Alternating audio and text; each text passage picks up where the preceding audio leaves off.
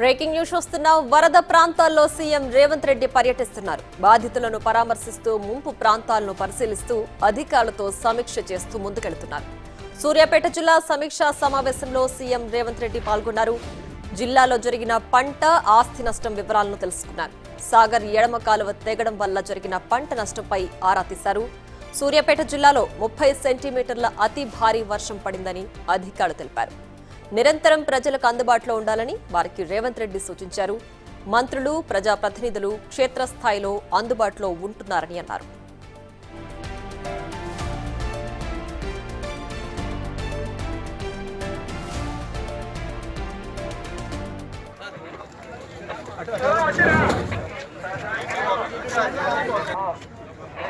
వీరన్న అక్కడ హాలో ఉంది, చూసుకో వీరన్న.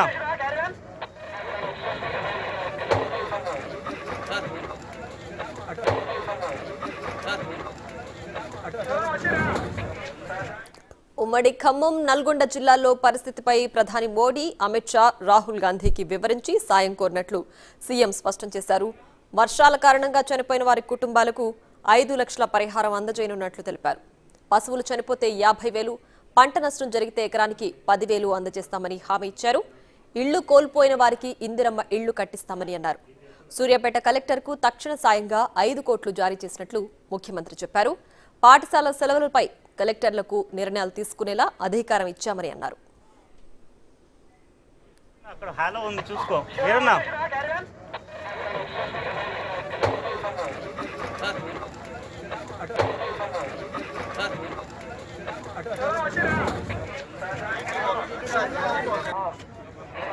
వీరన్న అక్కడ హాలో ఉంది, చూసుకో వీరన్న.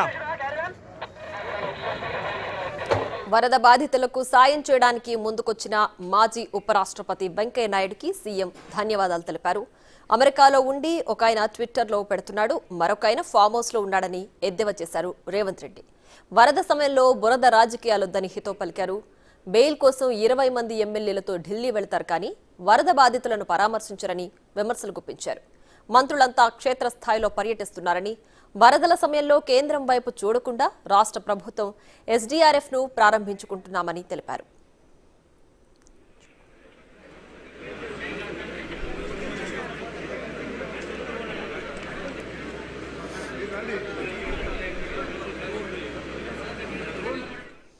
జరిగిన నష్టాన్ని పరిశీలించడానికి ప్రధాని మోడీని ఆహ్వానించామని అన్నారు రేవంత్. రాష్ట్రంలో 5,000 కోట్ల నష్టం జరిగిందని ప్రాథమిక అంచనా వేశామన్నారు. తక్షణమే కేంద్రం 2,000 కోట్లు కేటాయించాలని కోరుతున్నట్లు వెల్లడించారు. కేంద్ర మంత్రులు కిషన్ రెడ్డి, బండి సంజయ్ రాష్ట్రానికి నిధులు తీసుకొచ్చేందుకు పని చేయాలని, రాజకీయాలకు ఇది సమయం కాదని రేవంత్ అన్నారు.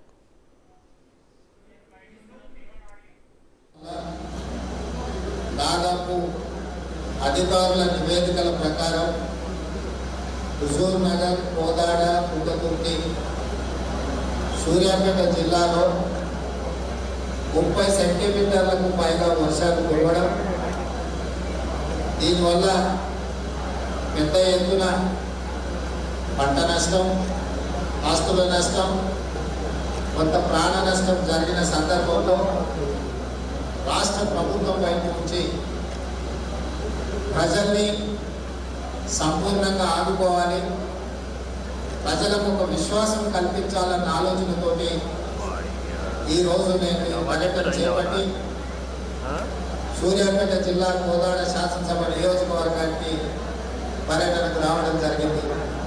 ఇందులో పెద్దలు మంత్రివర్యులు ఉత్తమ్ కుమార్ రెడ్డి గారు, మంత్రివర్యులు కోమటిరెడ్డి వెంకటరెడ్డి గారు, పార్లమెంట్ సభ్యులు నల్గొండ కుందూరు రఘువీరెడ్డి గారు, ఉత్తమ్ పద్మావతి గారు, కోదాడ శాసనసభ్యురాలు మందుల సామ్యం, ఉగతూర్తి ఎమ్మెల్యే గారు, కలెక్టర్ గారు, ఇతర ప్రజాప్రతినిధులు, అదేవిధంగా సాగునీటి, విద్యుత్ శాఖ, R&B, పంచాయతీరాజ్, ఇతర శాఖలకు సంబంధించిన అధికారులు క్షేత్రస్థాయిలో గత 3 రోజుల నుంచి నిరంతరం ప్రజలకు అందుబాటులో ఉండి ప్రజల్ని ఆదుకునే ప్రయత్నం చేసి ప్రాథమికంగా సూర్యాపేట జిల్లాలో జరిగిన ప్రాణ ఆస్తి పశు నష్టము, ఆస్తుల యొక్క నష్టాన్ని అంచనా వేసుకొని కలెక్టర్ గారి నేతృత్వంలో ఉత్తమ్ కుమార్ రెడ్డి గారి సమీక్ష సమావేశంలో వారు ప్రాథమిక నివేదికను రాష్ట్ర ప్రభుత్వానికి ఇవ్వడం జరిగింది. ఈ ప్రాథమిక అంచనాల ప్రకారం సూర్యాపేట జిల్లాలో 2 మనుషులు చనిపోవడము, దాదాపుగా 21 చెరువులు తెగడము, 15 గ్రామాలలో 480 మందిని ఇతర ప్రాంతాలకు తరలించడము, 20,000 ఎకరాలలో పంట నష్టం జరగడము, అదేవిధంగా పశువులు ఏదో చనిపోవడము, ఇతర మేకలు ఇలాంటివి కూడా చనిపోవడము, 7 పక్కా ఇళ్ళు కూలిపోవడము, 33 కచ్చా ఇళ్ళు కూలిపోవడము, అదేవిధంగా హైదరాబాద్ విజయవాడ హైవే దారి కూడా పూర్తిగా దెబ్బతినడము, ఇతర చాలా విషయాలు ఈరోజు ఈ ప్రాథమిక నివేదికలో మన ముందు పెట్టడం జరిగింది. అదేవిధంగా తుంగతుర్తిలో కూడా పశువులు చనిపోవడము, చెక్ డ్యామ్లు డ్యామేజ్ అవ్వడము, అదేవిధంగా ఇల్లు కూలిపోవడము, ఇతర అంశాలను కూడా స్థానిక శాసనసభ్యులు నా దృష్టికి తీసుకురావడం జరిగింది. అత్యధిక వర్షపాతం వల్ల విపత్కర పరిస్థితులు ఏర్పడినప్పటి నుంచి ప్రభుత్వం నిరంతరం మంత్రులను, శాసనసభ్యులను క్షేత్రస్థాయిలో ప్రజలకు అందుబాటులో పెట్టి పర్యటిస్తూ ఒకవైపున ప్రజలకు సహాయాన్ని అధికారులందరూ కూడా సమన్వయం చేసుకొని వారు క్షేత్రస్థాయిలో ఉంటే ముఖ్యమంత్రిగా చీఫ్ సెక్రటరీని, డీజీపీని, డిజాస్టర్ మేనేజ్మెంట్ సంబంధించిన అధికారులను, ఇతర శాఖలను సమన్వయం చేస్తూ గత 2 రోజులుగా రాష్ట్ర స్థాయి సమీక్షలు చేస్తూ అన్ని రకాలుగా ప్రజల్ని ఆదుకునే ప్రయత్నం చేస్తున్నాము. ఈ ప్రయత్నంలో ఎక్కువగా ప్రాణ నష్టం జరగకుండా, పంట నష్టం జరగకుండా, విద్యుత్ కోతలు ఎక్కడైనా విద్యుత్ సరఫరా అంతరాయం కలిగిన ఎంబడెంబడే వాటిని పునరుద్ధరిస్తూ ప్రజలకు అన్ని రకాలుగా సహాయాన్ని అందిస్తూ పునరావాస కేంద్రాలను ఏర్పాటు చేస్తూ అధికారులు రాత్రి పగళ్ళు పనిచేసి చాలా కష్టపడ్డారు. మనస్ఫూర్తిగా మా మంత్రులను, ప్రజాప్రతినిధులను, ప్రభుత్వ అధికారులను అభినందిస్తున్నా. ఈ విపత్కర సమయంలో వీళ్ళందరూ కూడా సమన్వయంతో ప్రజలకు అందుబాటులో ఉండి వాళ్ళని ఆదుకునే ప్రయత్నం చేసింది. అయినా అక్కడక్కడ దురదృష్టకర సంఘటనలు జరిగినాయి. ప్రాణ నష్టం, ఆస్తి నష్టం, పశు సంపద నష్టం, రకరకాల నష్టాలు జరిగినాయి. దీనికి సంబంధించి ఉదయమే రాష్ట్ర స్థాయి అన్ని శాఖలకు సంబంధించిన principal secretaries, DGP, chief secretary, ఇతర అధికారులను, డిజాస్టర్ మేనేజ్మెంట్ సంబంధించిన అధికారులను వీళ్ళందరితో కూడా ఉదయమే సమీక్ష సమావేశాన్ని ఏర్పాటు చేయడం జరిగింది.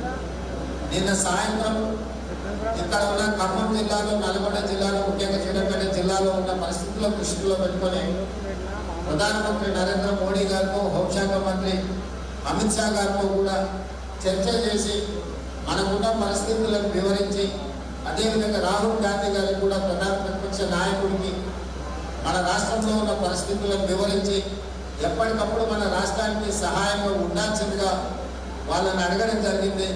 వాళ్ళు ముగ్గురు కూడా అన్ని రకాలుగా రాష్ట్రానికి సహాయంగా ఉంటాము అని చెప్పి ప్రధానమంత్రి గారు, హోంశాఖ మంత్రి గారు, అదేవిధంగా ప్రధాన ప్రతిపక్ష నాయకుడు రాహుల్ గాంధీ గారు స్పష్టంగా మాట ఇవ్వడం జరిగింది. ఈ నేపథ్యంలో ఈరోజు ఉదయం అధికారులతో సమీక్ష చేసి కొన్ని పరిపాలనాపరమైన నిర్ణయాలు తీసుకోవడం జరిగింది. మీ ద్వారా తెలంగాణ ప్రజలకు నేను ఈ అంశాలను వివరించడం